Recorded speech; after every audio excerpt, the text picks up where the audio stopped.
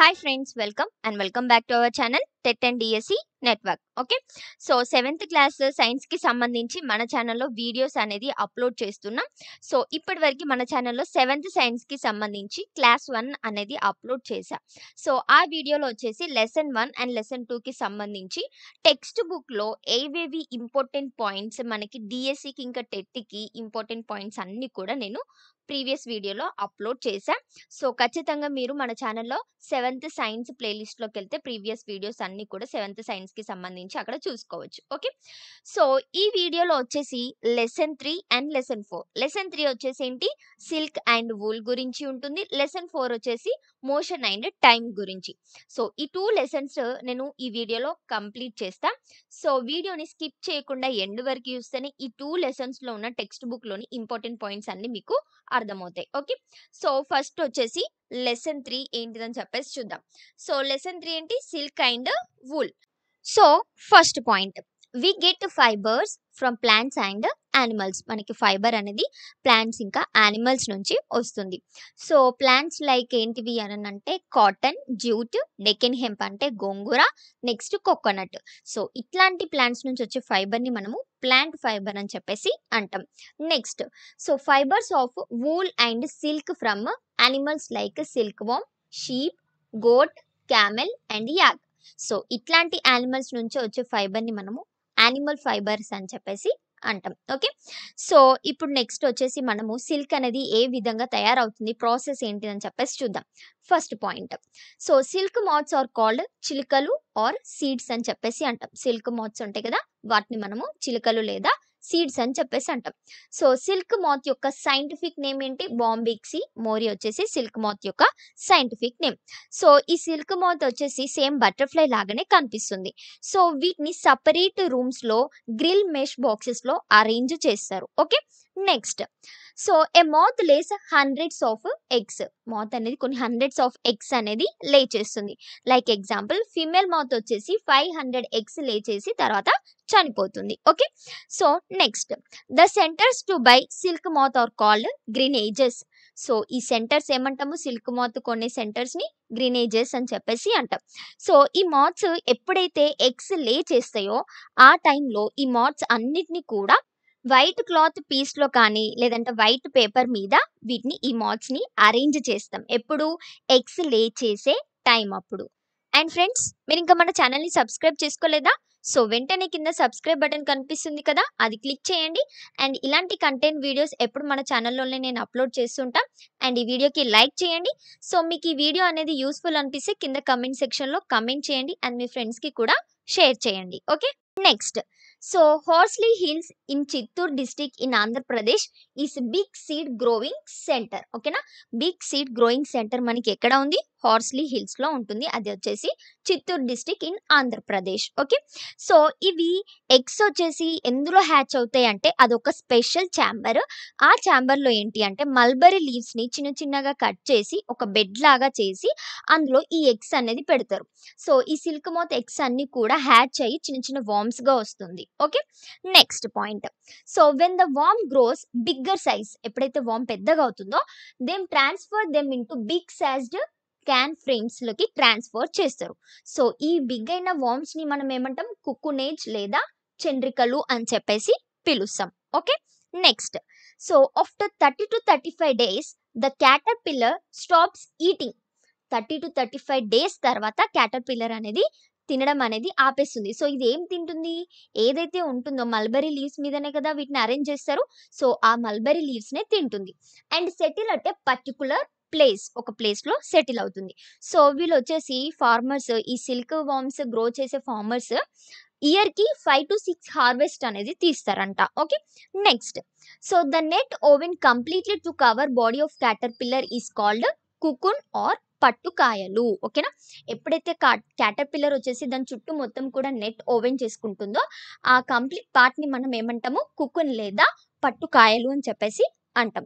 So ఈ net అంతా కూడా ఎప్పుడైనా ఎయిర్ కి కానీ హీట్ కి కానీ ఎక్స్పోజ్ అయినప్పుడు అది స్ట్రాంగ్ అవుతుంది. సో మనకి అందులో నుంచే సిల్క్ ఫైబర్ అనేది తయారు చేస్తారు. Okay, next, killing the larva inside by putting a lot of these in a steam oven for 10 to 15 minutes is called స్టిఫ్లింగ్. ఎందుకు లార్వాని కిల్ చేస్తారు అంటే, ఎప్పుడైతే కుకున్ అనేది ఫార్మ్ అవుతుందో అది 2 to 3 వీక్స్‌లో ఆ కుకున్స్ నుంచి సిల్క్ మాత్ వచ్చేసి బయటికి ఎగిరిపోతుంది. సో, దాని ద్వారా మనకి సిల్క్ ఫైబర్ అనేది ఫార్మ్ కాదు. సో, అందుకనే ఎప్పుడైతే కుకున్స్ అనేది ఫార్మ్ అయిపోతుందో, కుకున్ ఏజ్ అనేది వస్తుందో, ఆ తర్వాత 2 to 3 డేస్‌కే వీటిని ఈ విధంగా లార్వాని కిల్ చేస్తారు. సో, దాంతోటి ఏందంటే ఈ స్టిఫ్లింగ్ ద్వారా మనము కుకున్స్‌ని ఎక్కువ లాంగ్ టైమ్ అనేది స్టోర్ చేయొచ్చు. సో, ఈ ప్రాసెస్ అంతా కూడా మనకి రీలింగ్ సెంటర్స్‌లో జరుగుతుంది. Okay. Next, so cocoon markets at Hindupur, Madanapalle, Dharmavaram, Kadiri, Palamaner, Rayachoti and Hyderabad. So cocoon markets మనకి ఏ ఏ ప్లేసెస్‌లో ఉన్నాయని చెప్పేసి మనకి టెక్స్ట్ బుక్‌లో ఈ ప్లేసెస్ అనేది మెన్షన్ చేశారు. ఓకే. నెక్స్ట్, సో ఈ కుకున్స్‌ని మనము బాయిల్ చేస్తాం. సిల్క్ ఫైబర్ రావడానికి ఈ కుకున్స్‌ని బాయిల్ చేస్తారు. Okay. So silk worm fibre is mainly made up of 2 types of proteins.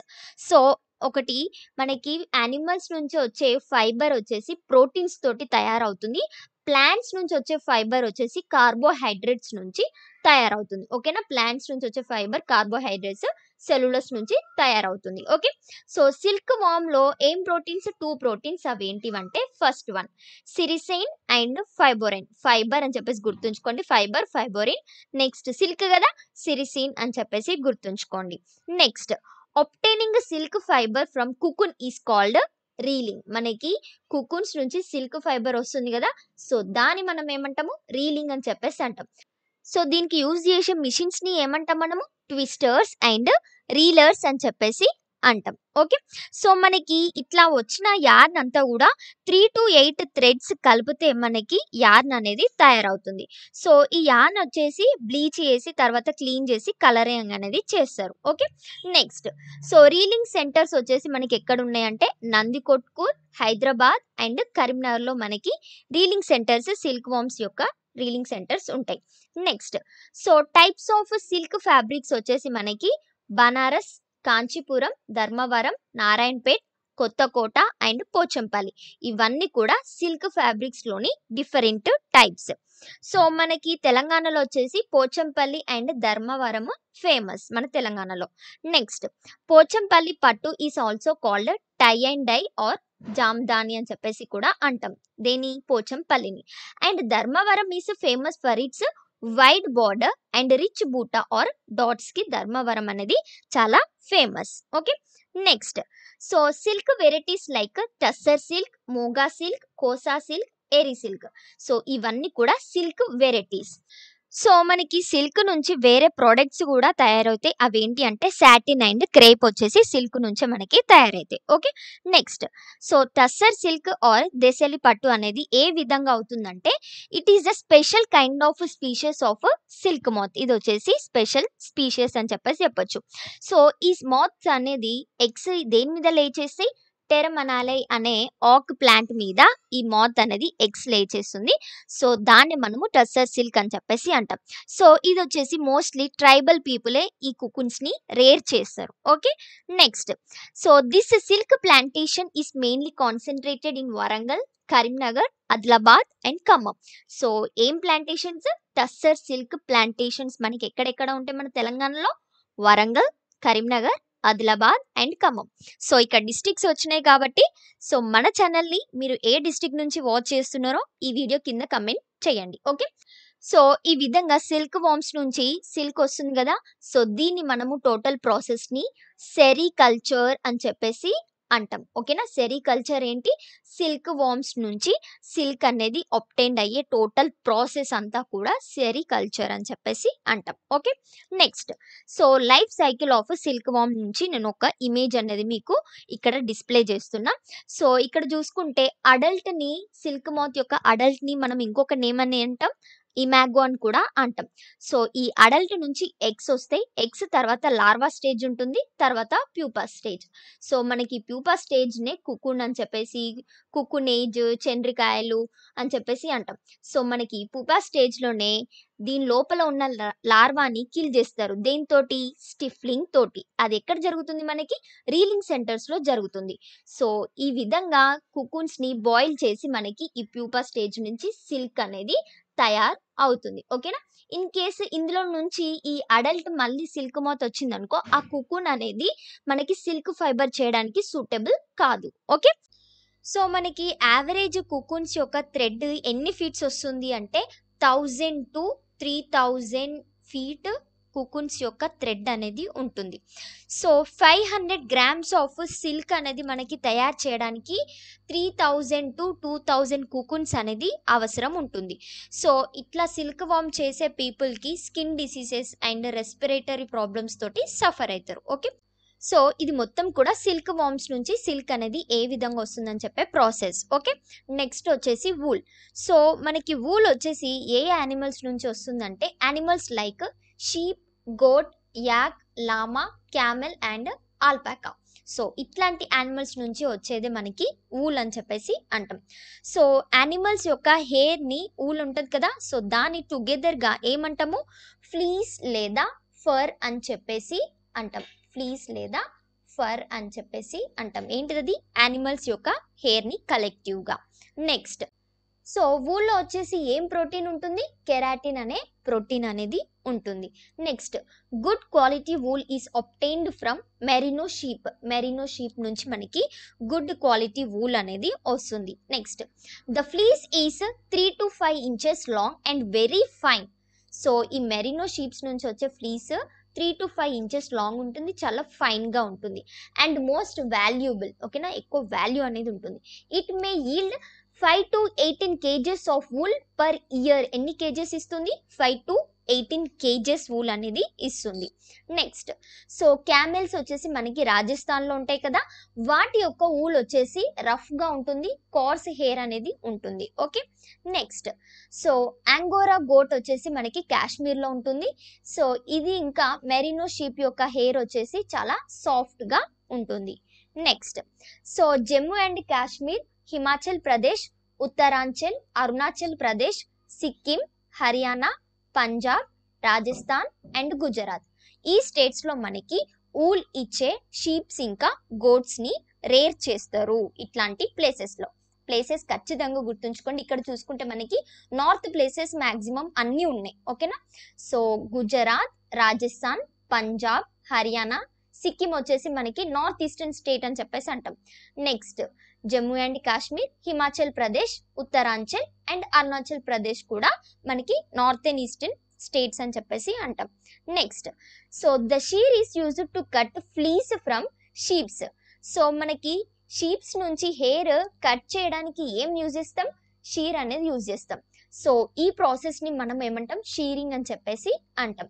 So దీనికోసము razor's అనేది కూడా యూజ్ చేస్తారు. సో షీప్స్ నుంచి హెయిర్ అనేది, వూల్ అనేది తీయడానికి స్ప్రింగ్ సీజన్లోనే తీస్తారు. So to prevent the skin diseases కోసము, స్కిన్ డ్యామేజ్ కాకుండా ఉండడం కోసము గ్రీజ్ అనేది అప్లై చేస్తారు. Okay. Next, so the sheared skin with hair is dipped in tanks లో డిప్ చేస్తారు and stirred with a spade తోటి కలుపుతా ఉంటారు. ఓకే.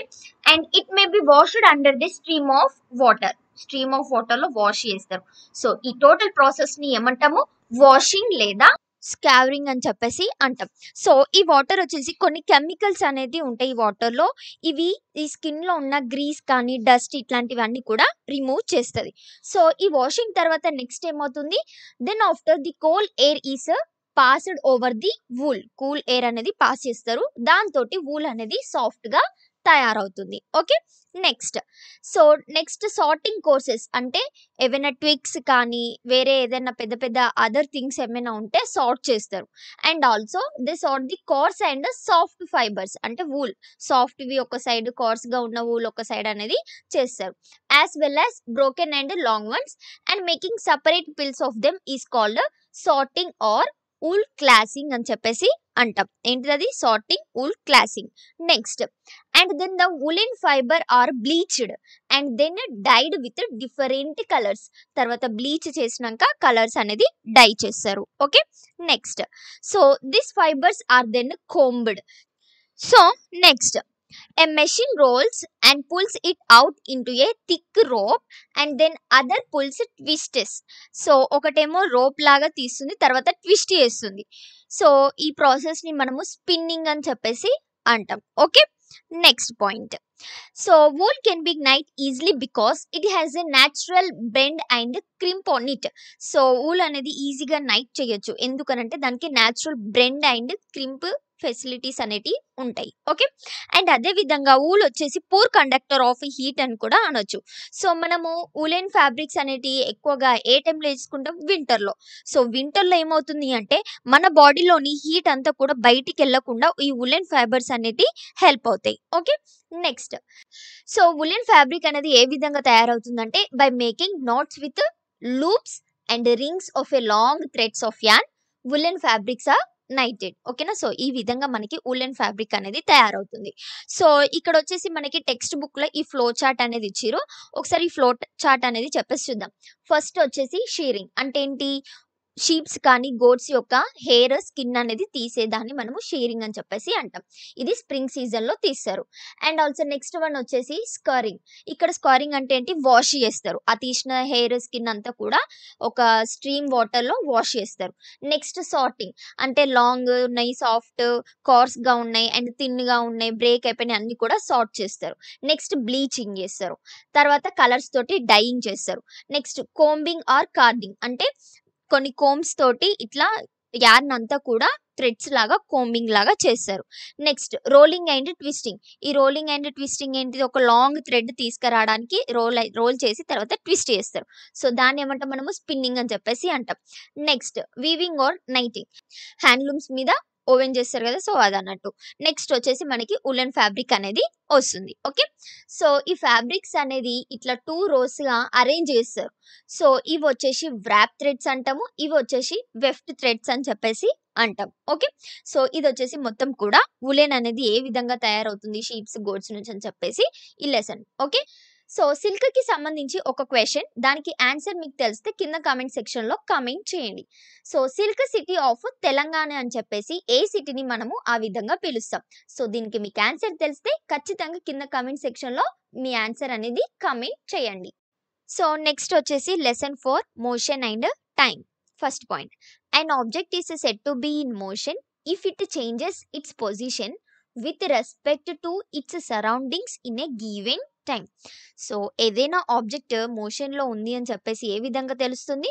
సర్టెన్ టైంలో దాని యొక్క సరౌండింగ్స్ కి తగ్గట్టుగా అది ఏదైనా పొజిషన్ చేంజ్ అవుతే ఆ ఆబ్జెక్ట్ అనేది మోషన్ లో ఉంది అని చెప్పేసి చెప్తాం. Okay. Next. So an object is said to be at rest if there is no changes అంటే అది ఏ చేంజ్ దాని సరౌండింగ్స్ కి ఆ ఇచ్చిన టైంలో దాని యొక్క పొజిషన్ అనేది చేంజ్ కాకుండా ఉంటే ఆ ఆబ్జెక్ట్ అనేది రెస్ట్ లో ఉంది అని చెప్పేసి అంటాం. ఇన్ కేస్ చేంజ్ అయితే ఆ ఆబ్జెక్ట్ మోషన్ లో ఉంది అని చెప్పేసి అంటాం. Okay. Next. So A body may be at rest with respect to one set of surroundings and at the same time be in motion with respect to another set of surroundings. So ఏదైనా ఒక body అనేది ఒక set of surroundings తోటి rest లో ఉంటుంది and at the same time ఇంకో set of surroundings తోటి motion లో కూడా ఉండొచ్చు. లైక్ ఎగ్జాంపుల్ మనకి టెక్స్ట్ బుక్ లో ఏమి ఇచ్చారంటే ఏ మ్యాన్ డ్రైవింగ్ ఏ కార్. సో మ్యాన్ వచ్చేసి ఆ కార్ కి తగ్గట్టుగా ఆ కార్ యొక్క సరౌండింగ్స్ కి తగ్గట్టుగా చూసుకుంటే ఆ మ్యాన్ రెస్ట్ లో ఉన్నట్టు. ఒకవేళ కార్ డ్రైవింగ్ చేస్తున్నాడు కదా, ఆ కార్ అనేది మూవ్ అవుతుంది అంటే దాని యొక్క ప్లేస్ అనేది చేంజ్ అవుతుంది with respect to the out side of the car surroundings. అంటే కార్ అనేది బయట సరౌండింగ్స్ కి మోషన్ లో ఉన్నట్టు. ఓకే. సో ఈ విధంగా ఒక బాడీ అనేది ఒక సెట్ ఆఫ్ సరౌండింగ్స్ కి రెస్ట్ ఉంటుంది, ఇంకో సెట్ ఆఫ్ సరౌండింగ్స్ కి మోషన్ లో ఉంటుంది. So motion is relative to the observer. Motion అనేది ఎవరికి రిలేటివ్ గా ఉంటుంది? అబ్జర్వర్ కి రిలేటివ్ గా ఉంటుంది. సో మనకి మోషన్ లో వచ్చేసి 2 టైప్స్ ఉన్నాయి. First one uniform motion. So uniform motion అంటే ఏంటి? If a body covers equal distance on equal interval of time then it is said to be in uniform motion. So దీనికి perfect example ఏది అని అంటే మనకి wall clock. So మనకి wall clock లో seconds hand అనేది కరెక్ట్ 1 సెకండ్ అనేది move అవుతా ఉంటది. సో అది equal interval of time equal distance అనేది కవర్ అవుతుంది. సో దాన్ని మనము యూనిఫామ్ మోషన్ అని చెప్పేసి అంటాం. Next non uniform motion. So దానికి అపోజిట్, యూనిఫామ్ కి అపోజిట్ నాన్ యూనిఫామ్. అంటే if a body covers unequal distances and equal interval of time is said to be in non uniform motion. So నార్మల్‌గా train అనేది స్టేషన్‌కి arrive అయితుంది చూసారా? ఆ టైంలో ఏంటది ఫస్ట్ స్పీడ్ వచ్చి తర్వాత కొంచెం కొంచెం స్లో అనేది స్పీడ్ తగ్గిస్తా ఉంటది. ఓకే. సో అన్‌ఈక్వల్‌గా డిస్టెన్స్ యొక్క స్పీడ్ అనేది తగ్గిస్తా ఉంటది కాబట్టి అది నాన్ యూనిఫామ్ మోషన్ అని చెప్పేసి అంటాం. Next so types of motion మనకి టోటల్ 3 టైప్స్ ఉంటాయి. సో ఫస్ట్ వన్ వచ్చేసి ట్రాన్స్లేటరీ మోషన్. సో ఇక్కడ ట్రాన్స్లేటరీ మోషన్ అంటే if all parts of a moving body యొక్క ఆల్ పార్ట్స్ ఆ బాడీతో పాటు సేమ్ ఆ బాడీ డైరెక్షన్‌లోనే మూవ్ అయితే దాన్ని మనము ట్రాన్స్లేటరీ మోషన్ అని చెప్పేసి అంటాం. ఓకేనా. ఇప్పుడు ఏదైనా ఆబ్జెక్ట్ ఉందనుకోండి, అది ఒక ప్లేస్ నుంచి ఇంకో ప్లేస్‌కి చేంజ్ అవుతుంది. అంటే దాంతో పాటు ఆ ఆబ్జెక్ట్ యొక్క పార్ట్స్ అన్నీ ఉంటాయి కదా! సేమ్ అది మూవ్ అయిన డైరెక్షన్‌లోనే మూవ్ అయితే దాన్ని మనము ట్రాన్స్లేటరీ మోషన్ అంటాం. సో మనకి ఈ ట్రాన్స్లేటరీ మోషన్‌లో కూడా 2 టైప్స్ ఉంటాయి. ఫస్ట్ వన్ వచ్చేసి రెక్టిలీనియర్ మోషన్.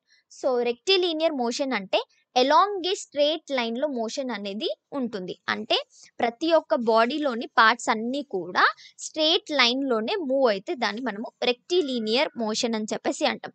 సో లీనియర్ అంటే ఏంటిది? మనకి స్ట్రెయిట్ అని చెప్పేసి గుర్తుంచుకోండి. నెక్స్ట్ కర్వీ లీనియర్ మోషన్ అని చెప్పేసి అంటాం. కర్వ్ అంటే ఏంటి? మనకి ఇట్లా కర్వ్‌గా తిరుగుతది చూసారా? మనకి రింగ్ రోడ్స్ కానీ అండ్ హిల్స్‌లో రోడ్స్ ఉంటాయి కదా!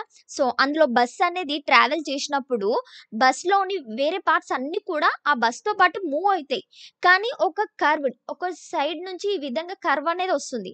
అంటే కర్వ్డ్ పాత్‌లో మూవ్ అయినప్పుడు మనము దాన్ని కర్వీ లీనియర్ మోషన్ అని చెప్పేసి అంటాం. సో స్ట్రెయిట్ రోడ్ మీద ఒక బస్ అనేది మూవ్ అయితే దాన్ని మనము రెక్టిలీనియర్ మోషన్ అని చెప్పేసి అంటాం. నెక్స్ట్ వచ్చేసి rotatory motion. So motion of all particles of a moving body follow a circular path with respect to a fixed center or axis of rotation. So దీనికి example వచ్చేసి మనకి ఫ్యాన్ ఉంటుంది కదా! So fan వచ్చేసి దానికి ఒక fixed path అనేది ఉంటుంది ఈ విధంగా. సో తర్వాత దీనికొచ్చేసి ఈ విధంగా హ్యాండ్స్ అనేటివి ఉంటాయి కదా! సో ఇవి దీంతో పాటు సర్కిల్‌గా మూవ్ అయితాయి. ఓకేనా. With respect to a fixed centre and axis. So దీన్ని మనము రొటేటరీ మోషన్ అని చెప్పేసి అంటాం. Next oscillatory motion. So oscillatory motion అంటే ఏంటి? The to and fro motion of a object a fixed point always follows the same path is called oscillatory motion. So మనకి wall క్లాక్‌లో pendulum అనేది ఉంటుంది కదా! ఈ విధంగా పెండ్యులమ్ అనేది. సో ఇదొచ్చేసి ఫస్ట్ ఇటొస్తుంది. తర్వాత ఈ సైడ్ వస్తుంది. అంటే ఈ విధంగా టు అండ్ ఫ్రో అనేది మూవ్ అయితుంది at the fixed point. So దాన్ని మనము ఆసిలేటరీ మోషన్ అని చెప్పేసి అంటాం. సో ఇక్కడ చూసుకోండి. ట్రాన్స్లేటరీ మోషన్ అంటే ఏంటి? ఏదైనా ఆబ్జెక్ట్‌ని దానిలోని పార్ట్స్ అన్నీ కూడా ఒక్కటే డైరెక్షన్‌లో మూవ్ అయితే ట్రాన్స్లేటరీ. ఇదొచ్చేసి మనకి 2 టైప్స్. రెక్టిలీనియర్ అంటే స్ట్రెయిట్, కర్వీలీనియర్ అంటే ఈ విధంగా కర్వ్స్ తీసుకొని ట్రావెల్ చేస్తాయి. నెక్స్ట్ రొటేటరీ మోషన్ అంటే ఏంటి? సర్క్యులర్‌గా తిరుగుతుంది. ఫిక్స్డ్ పాయింట్ యాక్సిస్ ఉంటే. ఓకేనా. సర్క్యులర్‌గా తిరుగుతుంది. నెక్స్ట్ ఆసిలేటరీ అంటే ఏంటి? టు అండ్ ఫ్రో సేమ్ పాత్ అనేది ఉంటుంది. అంటే ఈ సేమ్ పాత్ ఇటొచ్చినప్పుడు ఇదే పాత్ ఉంటుంది. సేమ్ ఇదే పాత్‌లో అనేది టు అండ్ ఫ్రో అనేది మూవ్ అవుతా ఉంటుంది. సో ఇవొచ్చేసి మనకి types of motion. Next so like minutes and hours మనకి టైం యొక్క మెజర్‌మెంట్స్ వచ్చేసి ఇంకా వీక్, ఫోర్ట్‌నైట్, మంత్, సీజన్, యానం ఇవి కూడా మనకి యూనిట్స్ ఫర్ మెజరింగ్ టైమ్ అని చెప్పేసి అంటాం.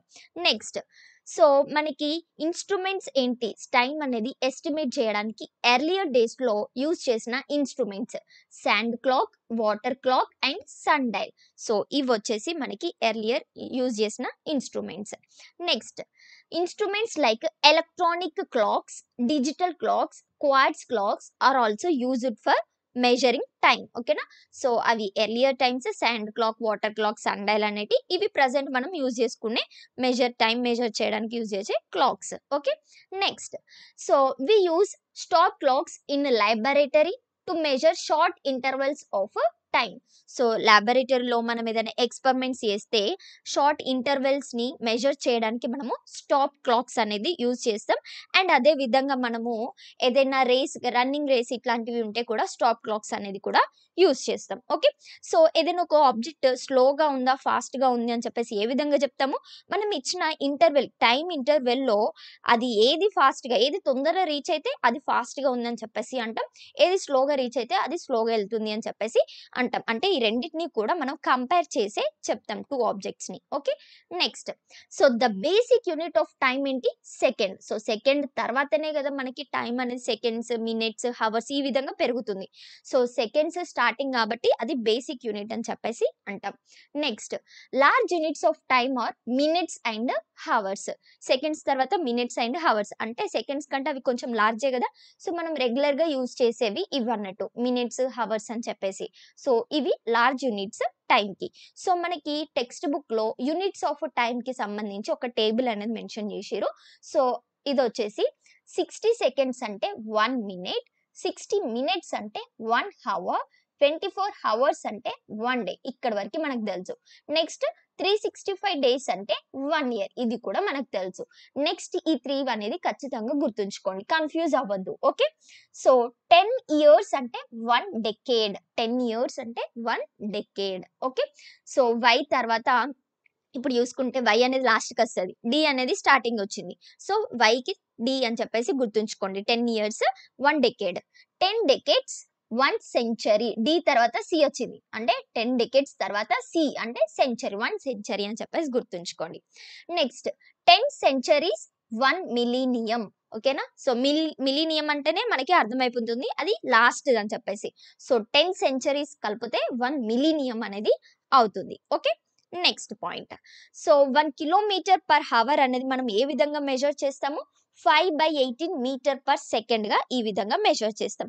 అంటే దీని అర్థము మనము 1 కిలోమీటర్ హవర్ కి ట్రావెల్ చేస్తే మనము 5 మినిట్స్ ఇన్ 80 సెకండ్స్ లో ట్రావెల్ చేసిన దానికి ఈక్వల్. ఓకేనా.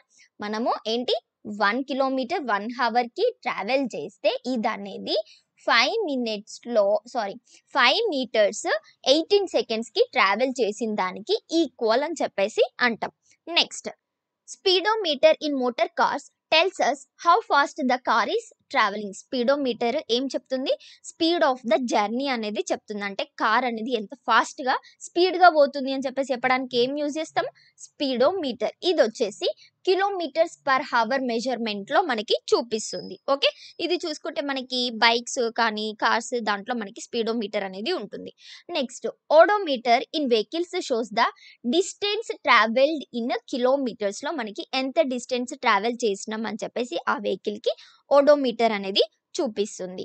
Next point average speed is equal to total distance travelled by total time taken to travel the distance. So మనము యావరేజ్ స్పీడ్ అనేది ఏ విధంగా క్యాలిక్యులేట్ చేస్తాం?